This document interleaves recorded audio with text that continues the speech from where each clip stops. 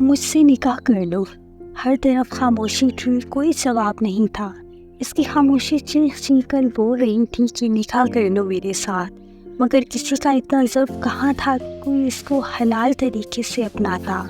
وہ دنیاوی معاملات سے بہت تنگ آ چکی تھی، سب سے دور چلی جانا چاہتی تھی۔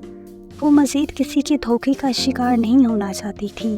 لوگ اس کو بے حیا بول رہے تھے۔ یہ عجیب لڑکی ہے جو خود نکاح کا کہہ رہی ہے، مگر وہ ایسا کیوں کہہ رہی تھی؟ یہ تو وہ یا اس کا خدا جانتا تھا۔ جس عاشق نے اس کی سانسیں بحال کی تھی وہ تو جیسے اس پر کان بھی نہ دھرتا ہو۔ میں تمہاری بہت عزت کرتا ہوں، تمہاری ہر مصیبت میں کام آتا ہوں، تمہاری تنہائی کو دور کرتا ہوں۔ یہ محبت نہیں تو کیا ہے؟ مجھے ایسی زندگی نہیں جینی، مجھے ہمیشہ تمہارے ساتھ جینا ہے، تمہارے ساتھ مرنا ہے، تمہارے نکاح میں رہنا ہے۔ مگر میں بہت مجبور ہوں، میں مغنی شدہ ہوں، میں تم سے شادی کیسے کر سکتا ہوں؟ میں شادی اس لڑکی سے کروں گا جو لڑکی میرے والدین نے چن رکھی ہے۔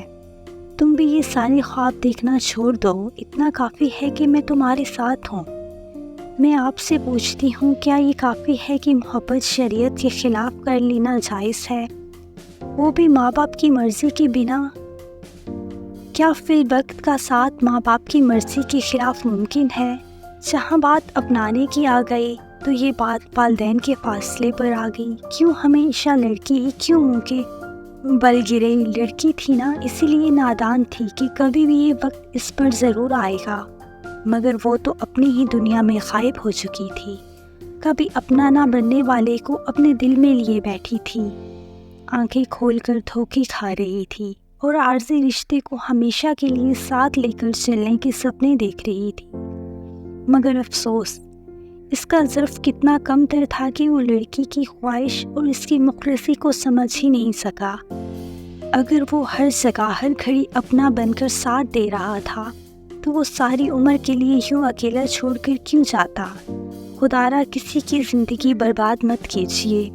اگر کسی کا ساتھ ہمیشہ کے لیے نہیں دے سکتے اور رشتے نبھانے کا ظرف نہیں رکھتے تو اس کے محبت کا نام مت دیجیے۔ محبت کسی کا مجبوری کا نام نہیں۔